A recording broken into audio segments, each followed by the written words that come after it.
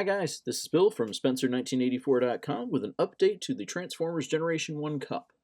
I've got the body all sanded down and it's primed in my go-to Krylon Gray primer. Taking a look at it here, you can see just a little bit of sanding and that cleans up pretty good. Sides are nice and smooth now. Got that bit of schmutz cleaned out from the headlights. I got the fenders smoothed down so there's no striations in them anymore. So overall, I think this is just about ready for some paint. Now, I didn't do any sanding inside the pickup bed, figured I'd keep some texture in there. But I did start doing some work on the chassis. Got the main floor here cut out of some 80,000 stock. And it's got a little step up in the front here, so that gets that level there.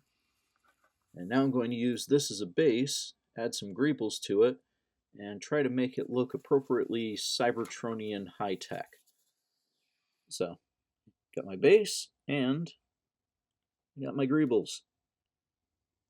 And this is not following anything.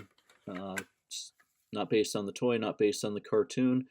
I just wanted to throw in some things that looked like they'd be appropriate. So got some motors, got some tanks, just trying to make it look a little interesting.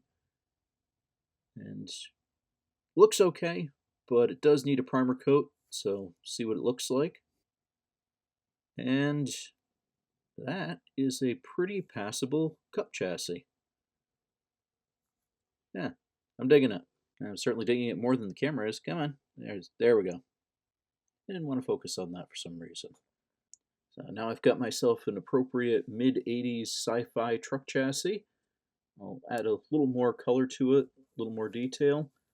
I think the body is ready for some paint now, so I'll mask off the rocker, keep that gray, and then I'll spray on my first color of the turquoise blue, and see how it looks from there. So I will have another update next week. You can check back then, and thanks for watching.